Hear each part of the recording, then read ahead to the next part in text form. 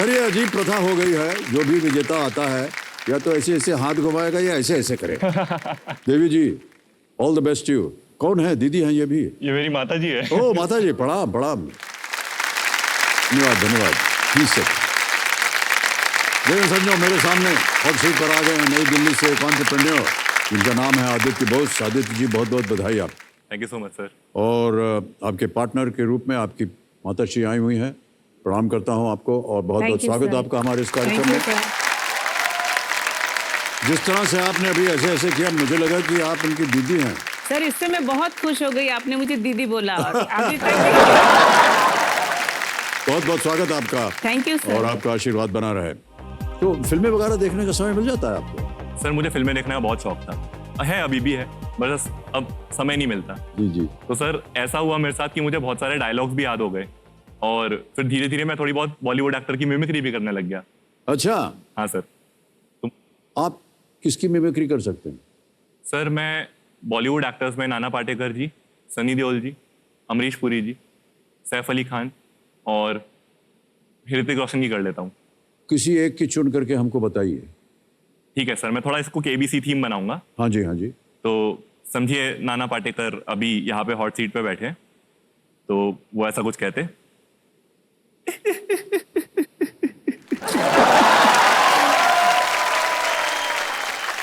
एक मुश्किल सवाल, एक मुश्किल सवाल सारे लाइफलाइन खत्म कर देता है। पहले एसएमएस करो, फिर ऑफलाइन ऑडिशन दो, फिर ऑनलाइन ऑडिशन, और फिर यहां हॉट सीट पर बैठ जाओ। इतनी मुश्किल से एक इंसान आता है फास्टेस्ट फिंगर फर्स्ट करके, और एक मुश्किल सवाल पे आकर अटक जाता है, क्योंकि एक मुश्किल सवाल सारे लाइफलाइन खत्म कर देता है। वाह, क्या बात है।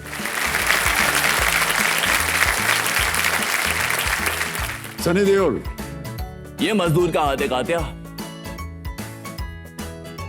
लोहे को पिघलाकर उसका आकार बदल देता है। ये ताकत खून पसीने के कमाई रोटी से आई है, और तू चाहता मैं तेरे यहां पे कुत्ता बन के काम करूं। सॉरी सर, उनका एक डायलॉग था। तो ये मुश्किल काम है बहुत, मैं समझ सकता हूँ। और मैं तो मानता हूँ कि अगर कोई भी इंसान जो है मिमिक्री कर सकता है तो बहुत बड़ा कलाकार है, क्योंकि सबको समझना उसकी कहाँ से आवाज़ है, क्या उसकी आकार है, क्या किस तरह से उसको कहता है, व्यक्त करता है, बड़ा मुश्किल काम होता है। मैंने ठीक किया ना सर? वैसे है ना, बिल्कुल बहुत अच्छा। ना कहकर मरना क्या हमको। बहुत सारी चुनौतियां आई होंगी आपके जीवन में आदित्य, जब आपने ये शुरू किया, तो किस तरह की चुनौतियां थी आपके सामने? सर जब मैंने स्टार्ट किया था प्रो बोनो को, मैं मात्र 22 साल का था और एक यंग इंजीनियरिंग ग्रेजुएट था। ना मेरे पास एडुकेशन या साइकोलॉजी की कोई डिग्री थी जिस फील्ड में मैं आगे जाना चाहता था, ना मेरे पास पैसे थे, ना मेरे पास एक्सपीरियंस। तो सर दिक्कतें तो बहुत सारी आई। शुरू में जब मैं स्कूल के प्रिंसिपल्स के पास जाता था कि आप मेरे थ्रू करियर गाइडेंस लीजिए, मेरे प्लेटफॉर्म के थ्रू, तो सर कई बार तो प्रिंसिपल्स मुझे ऐसे बोल देते थे कि तुम्हारी उम्र कितनी है? मैं बोलता रहा 22 साल। कह रहे थे अरे यार हमारा एक्सपीरियंस 23 साल का है, मैं 23 साल से काम कर रहा हूँ, तुम क्या सिखाओगे हमारे बच्चों को जो हम नहीं सिखा सकते। इन्वेस्टर्स भी सर मुझे यही चीज़ बोलते थे कि तुम्हारा क्या एक्सपर्टीज है, तुम्हारा क्या डोमेन में नॉलेज है कि तुम बच्चों को करियर गाइडेंस दोगे, अभी तो तुम्हारा खुद का करियर शुरू हुआ है। लोगों को कन्विंस करना बहुत मुश्किल था कि मेरे अंदर वो काबिलियत है, वो जज्बा है, क्योंकि लोग जज्बा और काबिलियत से पहले मेरी उम्र देख ले रहे थे। फिर पैसे की कमी। तो 4th ईयर से जब से मैंने डिसाइड किया अपने इंजीनियरिंग के आखिरी साल से कि मुझे एक व्यवसाय स्टार्ट करना है, मैंने सर होम ट्यूशन पढ़ाना स्टार्ट किया। मैंने फिर अलग अलग कॉम्पिटिशन्स में पार्टिसिपेट करना शुरू किया, जो इंटर कॉलेज कॉम्पिटिशन होते हैं सर, उसमें 3000, 5000, 10,000 के प्राइजेस होते हैं। बिजनेस प्लान कॉम्पिटिशन्स, जो मेरा ये बिजनेस प्लान था मैं वही लेकर जाता था, इससे फीडबैक भी मिलता था, मैं कुछ धनराशि भी जीत जाता था। तो सर ऐसे कर करके मैंने 4th ईयर के एंड तक 50-60 हज़ार रुपये जोड़ लिए थे। फिर सर मैं बैंगलोर गया। बैंगलोर में ये सोच कर गया कि सिलिकॉन वैली ऑफ इंडिया, वहाँ पे थोड़ा अडॉप्शन ज़्यादा होगा। लेकिन सर वहाँ पे वही जब मेरे 3 महीने में पैसे खत्म हो गए तो दूसरी प्रॉब्लम आई। सर धूप में तपते तपते मैं घूमता रहता था, स्कूल में कोई घुसने ही ना दे, एक आधा जो घुसने दे उसका प्रिंसिपल मना कर दे। इनिशियल जर्नी बहुत टफ रही, बट पैशन था सर मन में कि कुछ करना है। अब कैसी स्थिति है? अब तो सर अच्छा है, अब बहुत बेटर है पहले से। मेरा खुद का एक ऑफिस है, तो उम्मीद करते हैं कि आपका काम इसी तरह आगे भी बढ़ता रहे और आप खूब कामयाबी हासिल करें। बहुत सारा संघर्ष आपने किया, और लेकिन बिना संघर्ष के कोई जीवन में प्राप्त नहीं होता है, ये तो आपको पता ही है। ऑलराइट जोरदार तालियां बज जाएं इनके लिए। तो देखिए सज्जनों, मेरे सामने हॉट सीट पर आ गए हैं कुमार सौरभ जी। वैसे तो ये बेगूसराय बिहार से हैं, लेकिन फिलहाल ये बतौर बैंकर दिल्ली में कार्यरत हैं। भाई साहब, आपको बहुत बहुत बधाई। धन्यवाद सर। और बधाई दे रहे हैं आपके कंपेनियन ग्रुप में, आपके शायद बड़े भाई साहब। बड़े भाई हैं सर, भाई जी। स्वागत आपका हमारे इस कार्यक्रम में, तालियों के साथ इनका अभिनंदन कर दिया जाए। और कुमार वैभव आपका नाम, और स्वागत आपका हमारे इस कार्यक्रम में। सर एक रिक्वेस्ट है जी। सर, मेरा नाम कुमार सौरभ जी मत बोलिए, और सर आप सर सौरभ बोलिए, कुमार हटा दीजिए आगे से, पीछे से जी हटा दीजिए, बस सौरभ बोलिए सर। कुमार हटा सकते हैं और जी भी हटा सौरभ दीजिए। हटा सकते नहीं हैं। सर, सौरभ रखिए। जी नहीं हटा सकते। नहीं सर, जी हटा दीजिए।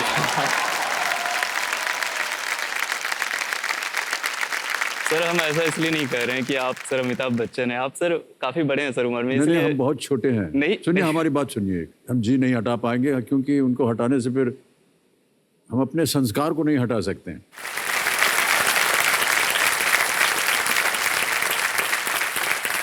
जो हमने बचपन में सीखा है माँ बाबूजी के, उससे हम, वो हमारे संस्कार हैं, उन्हें हम नहीं भुला पाएंगे। तो आप कोशिश भी मत कीजिएगा। ठीक है सर। ऑलराइट, आप एक बैंकर हैं। तो जी किस तरह का काम होता है आपका? सर, एक बैंकर ग्रुप में हमें ऑलराउंडर की तरह काम करना पड़ता है। हमें अकाउंट्स भी खोलने होते हैं, हमें एटीएम भी देना होता है, हमें चेक भी देना होता है, हमें लोन भी करने होते हैं। जी। तो वो पता नहीं है कब किस सीट पे बैठना है, लेकिन हाँ मतलब एक जैसे गांव की ब्रांच थी मेरी पहले, तो गांव में हम वहाँ पे लोन वाला ही डिपार्टमेंट देखते थे। अब हमारी ब्रांच वहाँ से हट गई, मतलब मेरा ट्रांसफ़र हो गया और अब हम दिल्ली में आ गए हैं। तो वहाँ पे मेरा एक जो काम है वो नॉर्मल अकाउंट खोलने का है, और एटीएम चेकबुक वगैरह ये सब, एटीएम में कैश डालना, ये सारी चीज़ें होती हैं, वो हम करते हैं।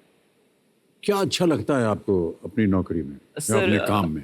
गांव और शहर दोनों की अगर तुलना करें तो गांव में जो हमारी ब्रांच थी तो वहाँ तो बस सारे किसान वो पगड़ी और धोती कुर्ता पहने हुए, मिट्टी लगी हुई, हम सोच रहे थे कहाँ आ गए हम, क्या होगा मेरा।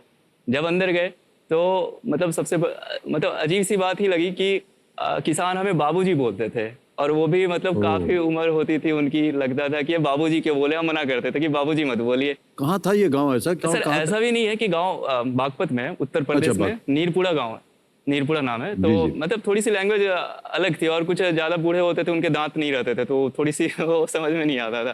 तो फिर ऐसे हुआ, और हम वहाँ पे रहे करीब 3.5 साल। रहने के बाद लास्ट तक ऐसा हो गया कि सर ऐसा लगा कि नहीं कि रिलेशन हमारे बीच बैंकर और कस्टमर का, लगता था कि घर के लोग हैं। जब बाहर निकलो, बाबूजी गन्ने खा लो, बाबूजी ये कर लो वो कर लो, ऐसे ऐसे करके बातें होती थी। फिर वहाँ से हम अभी हाल में मेरा ट्रांसफ़र हुआ दिल्ली में।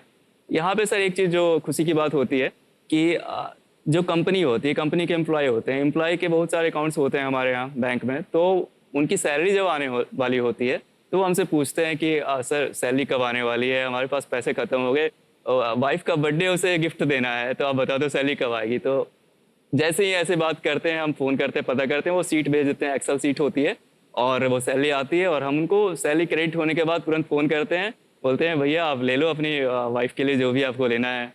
तो ये अच्छा लगता है।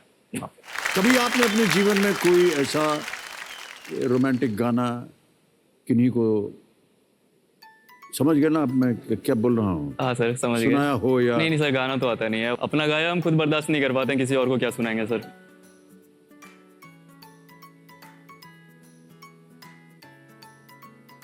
गाना वाना नहीं सुनाया आपने? नहीं, गा के नहीं सुनाया, बस ऐसे ही मतलब होता है ना व्हाट्सएप पे कि हाँ ये गाना मेरी, मान के चलो कि हम गा रहे हैं, उसको सुन लो, तो व्हाट्सएप पे फॉरवर्ड कर दिया। कैसे मान जाते हैं ये?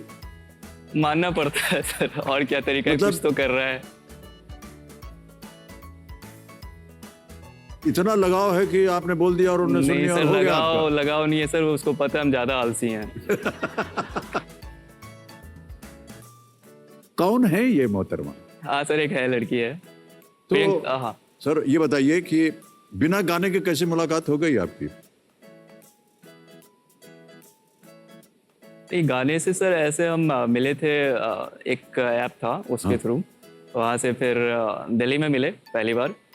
और हम सर शुरू से बचपन से जो कॉलेज था या स्कूल था, हमेशा लड़के लड़के रहते थे, कोई लड़की वड़की थी नहीं हमारे साथ कभी। तो कुछ लड़की वड़की क्या होता नहीं, है? लड़कियां नहीं थी सर।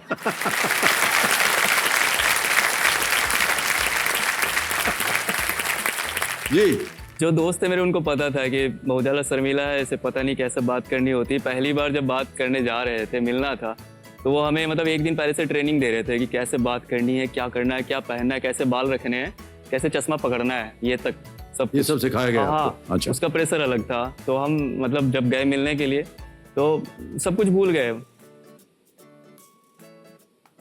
हाँ, एक बात हुई थी हमारे बीच कि हम पहली बार मिल रहे थे, तो कौन किसे पसंद करता है ये कैसे पता चलेगा। तो हमने बोला कि अगर हम आपको पसंद आते हैं तो हम आपका हाथ पकड़ेंगे, और अगर आप हमें पसंद करती हो तो आप मेरा हाथ छोड़ना मत। तो हम गए, मिले, थोड़ी देर 15-20 मिनट ऐसे बातें हुई, घूमे। थोड़ी देर के बाद अब हो गया, वो याद आ गया कि हाथ भी पकड़ना था, तो हम हाथ पकड़ लिया उनका, और मेरे मुंह से जय हनुमान निकल गया उस वक्त डर से। जय हनुमान निकल गया आपके जी मुंह सर। से? हाँ। क्योंकि वो हनुमान जी बचाते हैं ना सर, ऐसी जगह डर लगता है जहाँ पे।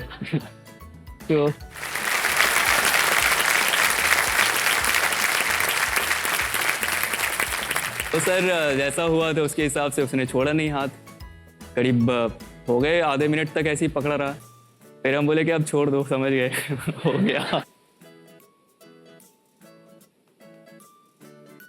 समझ गए आप कि हो गया संबंध। जी ऑलराइट। सर। कितने साल हो गए इसको? सर 4 साल होने वाले हैं। ऑलराइट। कोई तोहफा वोफा दे देंगे आप क्या उनको? तो बस सर 4 साल हो गए आपको। ये भी बहुत बड़ा सरदर्द है सर मेरे लिए। उसका बर्थडे जब था तो एक केक दिया था, वैनिला वाला केक था। जी, जी। और हमें पता ही नहीं था कि उसे वो फ्लेवर पसंद नहीं है, उसकी वजह से मना ही कर दिया, बोला कि आज के बाद कभी मत देना कोई गिफ्ट।